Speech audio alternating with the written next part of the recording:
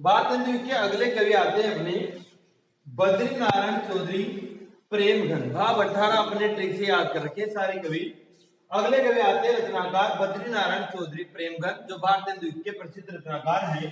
इनकी इंपोर्टेंट चीजें ये देखिए क्या है कि पहले लाने के प्रेमघन, अब इनको प्रेमघन के उपनाम से जाना जाता है। भाई बद्रीनारायण चौधरी प्रेमघन, तो इनको प्रेमघन के नाम से जाना जाता है। गया प्रसाद शुक्ल स्नेही, तो उनको स्नेही नाम से जाना जाता है।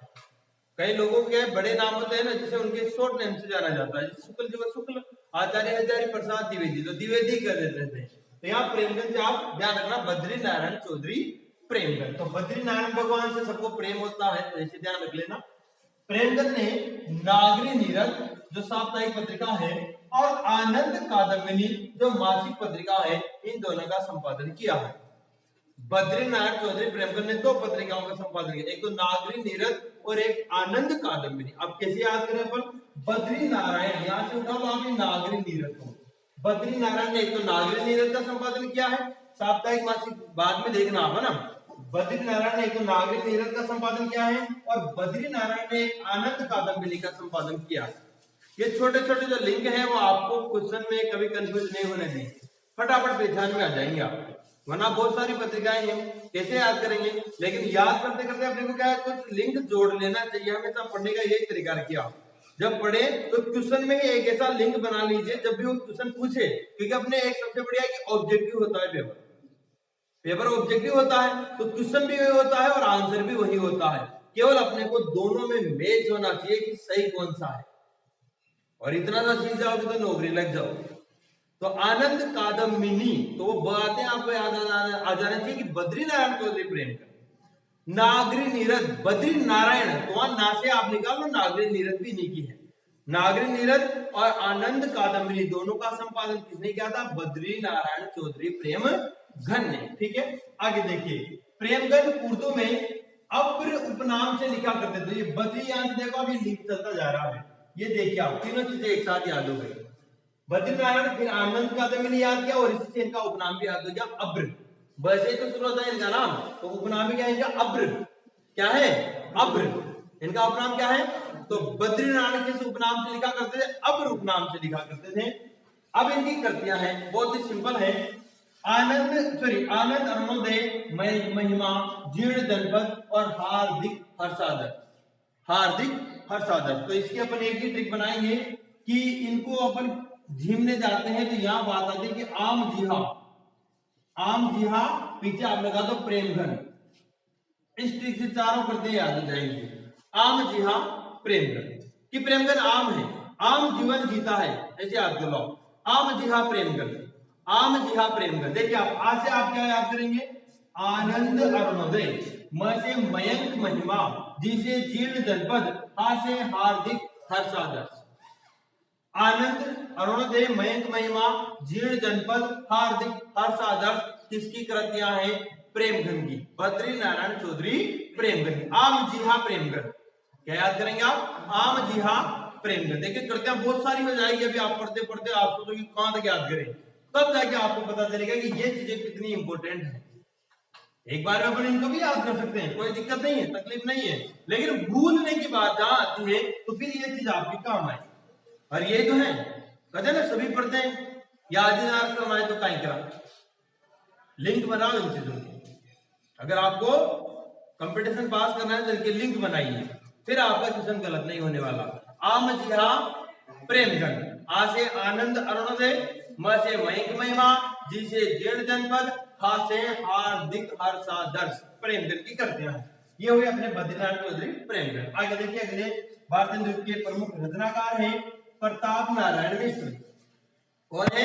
प्रताप नारायण मिश्र। देखिए प्रताप नारायण मिश्र ने कानपुर से प्रकाशित होने वाली ब्राह्मण नामक समाचार पत्र का संपादन किया। तो ध्यान रखिए आप, ऐसे आप इसको कैसे याद कर सकते हैं कि प्रताप, ब्राह्मण में क्या होता है? प्रताप होता है। ब्राह्मण में क्या होता है? प्रताप होता है, ऐसे याद करेंगे आप। ब्राह्मण में क्या होता है? प्रताप होता है। क्या होता है? प्रताप होता है, ऐसे अपन इसको याद कर सकते हैं। तो प्रताप नारायण मिश्र ने किस समाचार पत्र का संपादन किया? ब्राह्मण का। प्रताप नारायण मिश्र ने किस समाचार पत्र का संपादन किया? ब्राह्मण का। तो प्रताप के साथ ब्राह्मण जोड़ दीजिए। या ऐसे कह दो प्रताप ब्राह्मण, प्रताप ब्राह्मण, ये दोनों का लिंक जुड़ना चाहिए, तब अपने को याद रहेगा। देखो पढ़ने से कुछ नहीं होता, सबसे इंपॉर्टेंट चीज मानता हूं याद कैसे रखें, कैसे इनको याद करें। बस आगे देखिए आप, प्रताप नारायण मिश्र ने हिंदी हिंदू हिंदुस्तान का नारा दिया, तो महाराणा प्रताप याद कर लो, हिंदी हिंदू हिंदुस्तान। प्रताप ने क्या नारा दिया, हिंदी हिंदू हिंदुस्तान। क्या नारा दिया प्रताप ने, हिंदी हिंदू हिंदुस्तान।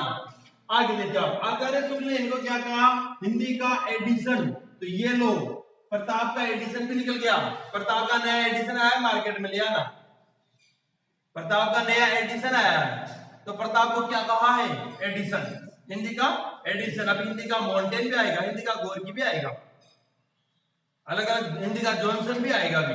तो अपने को याद करना है हिंदी का एडिशन, तो एडिशन, प्रताप का नया एडिशन आया है, ऐसे याद कर लेना।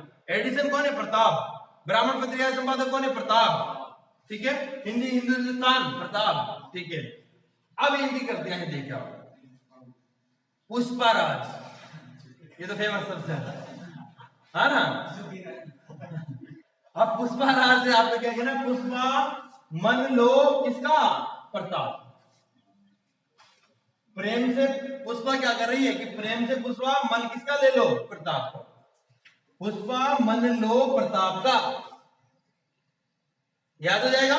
पुष्पा से आपको याद रखना है प्रेम पुष्पावली, मन से मन की लहर, और लो से लोकोक्ति शतक, और प्रताप से प्रताप नारायण मिश्र करते हैं। पुष्पा, पुष्पा राज है ना, तो पुष्पा मन लो प्रताप का। आपको पुष्पा से क्या करना है कि आप प्रताप का मन ले लो, पुष्पा मन लो प्रताप का, ये ट्रिक रहेगी अपनी।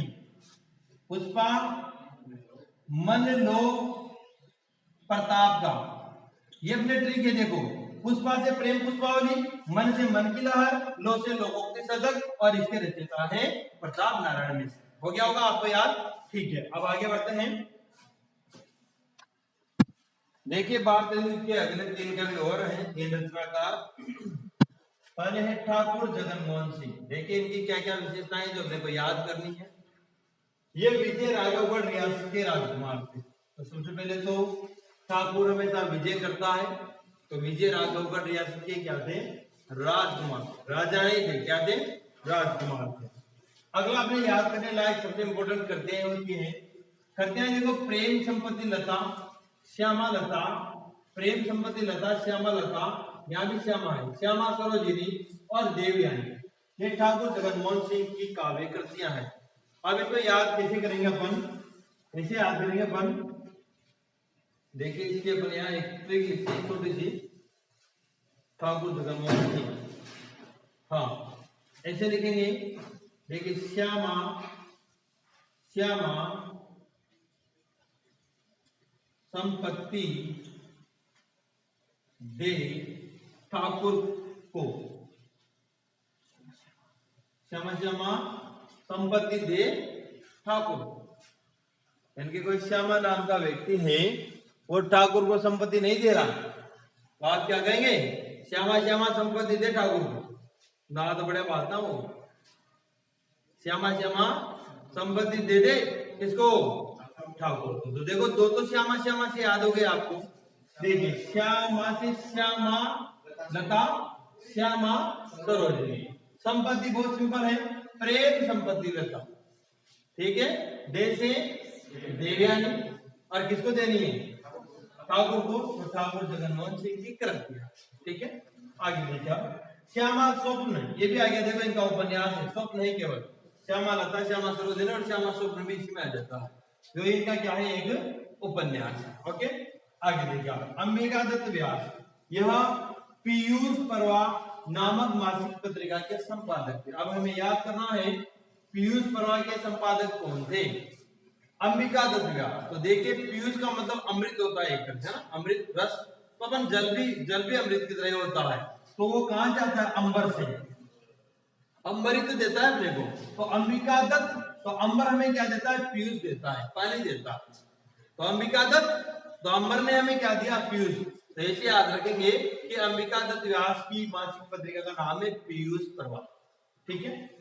अब इनकी करते हैं, हो होरी पावस 50 सुकवि सत्सई आदि अंबिका दत्त व्यास की कृतियां हैं। तो ऐसे इसे याद करने का अपने ट्रिक है हो पासु अंबिका, यानी कि अंबिका से हमें कहना है कि तुम पास कब होगा, तो ऐसे करेंगे अपन, याद रखो हो पासु अंबिका, बस जिसमें आपको याद हो जाएगा हो पासु अंबिका। देखो हो से आपकी क्या आ गया, हो रही आ गया, पास से क्या आ गया आपके पावस पचासा, ठीक है, और सु से क्या आ गया आपके सुकवि सत्सई। तो हो रही पावस पचासा सुकवि सत्सई अंबिका दत्त व्यास की प्रमुख कृतियां है। हो पासु अंबिका, सिंपल है, हो पासु अंबिका, हो पासु अंबिका। तो हो रही पावस पचासा सुकवि सत्सई अंबिका दत्त व्यास की कृतियां। हमेशा कभी ट्रिक बनाए तो जो कृतियां अपन कुछ भी याद करें तो उसके साथ में ये भी याद करना है कि किस चीज की ट्रिक। तो अपन मैं हमेशा यही जोड़ता हूँ, उसके पीछे कवि का नाम भी जोड़ता हूँ, रचनाकार का। हो पासु अंबिका, तो हो पासु तो कृतियां हो गई, और अंबिका से अंबिका दत्त व्यास याद आ जाएंगे अपने को। आगे देखिए कि खड़ी बोली में कंसबद्ध नामक प्रबंध काव्य की रचना की, किसने की, अंबिका दत्त व्यास ने। तो अंबिका ने क्या की, कंसबद्ध नामक प्रबंध काव्य की रचना किस बोली में की, खड़ी बोली। तो कंस का वध करने के लिए अंबिका खड़ी हो गई, अंबिका यानी कि माता याद करें अभी आप यहाँ कि कंस का वध करने के लिए अंबिका क्या हो गई, खड़ी। तो कंस वध खड़ी बोली और अंबिका दत्त व्यास ने। आगे देखा बिहारी सत्सई के दोहों का बिहारी विहार शीर्षक से इन्होंने कुंडल्यासंधि में अनुवाद किया। आगे देखिए राधा कृष्णदास, ये भारतेंदु के भाई थे, फुफेरे भाई। नागरी नीरद के संस्थापक अध्यक्ष रहे थे, है ना। नागरी नीरद वैसे तो उधर अपने संपादन किया था बद्रीनारायण चौधरी प्रेमचंद, लेकिन ये संस्थापक क्या थे, अध्यक्ष थे। अब याद करना आपको कि भारतेंदु के अधूरे नाटक कौन सा, सती प्रताप को किसने पूरा किया था, राधा कृष्णदास। ये आपको ध्यान रखना है, भारतेंदु के अधूरे नाटक सती प्रताप को किसने पूरा किया, राधा कृष्णदास। राधा और कृष्ण ने याद करना, भगवान राधा और भगवान कृष्ण ने पूरा किया था इनके अधूरे नाटक को, और रहीम के दोहों का इन्होंने विस्तार कुंडल्यासंधि में किया। ठीक है, ये अपने मतलब ये जो भारतेंदु के कवि है मुख्य वो कंप्लीट हो गए। अब हम भारतेंदु की विशेषताएं पढ़ेंगे। भारतेंदु की प्रमुख विशेषताएं देखिए आप, ये आपको ढंग से याद कर लेनी है, और भी है लेकिन ये आपको बिल्कुल बड़े याद कर लेनी है, क्योंकि अपने क्वेश्चन ये आएगा कि इनमें से कौन से भारतेंदु की विशेषता नहीं है। तो अपने अगर भक्ति काल, रीति काल और आदिकाल की विशेषताएं ढंग से याद है तो आपका क्वेश्चन गलत नहीं होगा। देखिए देशभक्ति और राजभक्ति का अद्भुत समन्वय था। देशभक्ति उस समय आप देखें तो भारतेंदु युग का स्टार्टिंग काल कब माना जाता है, 1850 मानते, 1843 मानते हैं। 1857 क्रांति भी तो तभी हुई थी, तो लोगों में देशभक्ति की भावना आ गई थी। अभी अपने इससे पहले रीति काल पढ़ा था, वहां कहीं देशभक्ति की भावना दिखाई दी थी क्या? सब राजाओं के दरबार में रहा करते थे, उनके दरबारों का वर्णन करते थे, नायिकाओं का वर्णन करते थे, आलमबोधा ठाकुर वगैरह आपने देखे थे रीति काल में। हाँ, तो वहां पर देशभक्ति की भावना नहीं थी। और राजभक्ति, देशभक्ति भी थी, राजाओं की भक्ति भी थी। इस समय देशभक्त देश को आजादी दिलाने के लिए लगे हुए थे, और एक राजभक्त जो राजाओं के भक्त थे, कई अंग्रेजों के भक्त थे। हाँ, तो दोनों का अद्भुत समन्वय था इस समय। आधुनिक काल का पहला जो कालखंड है भारतेंदु उस समय। सामाजिक दुर्दशा का चित्रण, 12 दुर्दशा नाटक लिखा। हाँ, समाज की जो दुर्दशा हो रही थी उसके बारे में कभी लिखने लग गए थे। रीतिकाल में कहाँ लिखा, रीतिकाल में समाज के बारे में कहाँ लिखा, उनकी स्थितियां कहाँ बताई। श्रृंगारिकता की भावना, श्रृंगारिकता की भावना थी, इतना नहीं कि पूरा श्रृंगारिक की वर्णन हो, श्रृंगारिकता की भावना भी थी। हास्य व्यंग्य की प्रधानता, इस समय हास्य व्यंग्य यानी कि व्यंग्य में लिखे जा रहे थे, कहीं कथानक, कहीं नाटक, कहीं निबंध वगैरह। लाड़ कर्जन पर व्यंग्य में लिखा गया, वो क्या नाम था, बाल मुकुंद गुप्त का विदाई संभाषण वगैरह। तो ऐसी कई सारी चीजें थी जो व्यंग्य में लिखना शुरू की थी, क्योंकि स्पष्ट सामने विरोध न करके व्यंग्य में विरोध कर रहे थे अंग्रेजों का। ब्रज भाषा का प्रयोग, रीतिकाल में ब्रज भाषा का प्रयोग हो रहा था, बढ़िया, इसमें ब्रज भाषा का प्रयोग हुआ। लेकिन अब जैसे हम इसके बाद आगे बढ़ेंगे 1900 ईस्वी से द्विवेदी शुरू करेंगे, तो वहां से फिर आचार्य महावीर प्रसाद द्विवेदी खड़ी बोली की प्रधानता हो जाएगी, फिर खड़ी बोली का ज्यादा प्रयोग होने लग जाएगा। तो यहाँ तक तो ब्रज भाषा का प्रयोग बराबर होता रहा, और समस्याओं की पूर्ति भी इसमें की गई। तो ये भारतेंदु की मुख्य विशेषताएं हैं। देशभक्ति व राजभक्ति का अद्भुत समन्वय, सामाजिक दुर्दशा का चित्रण, संघर्षता की भावना, हास्य व्यंग्य की प्रधानता, ब्रज भाषा का प्रयोग और समस्या पूर्ण। ये अपने भारत युग कंप्लीट हो गया।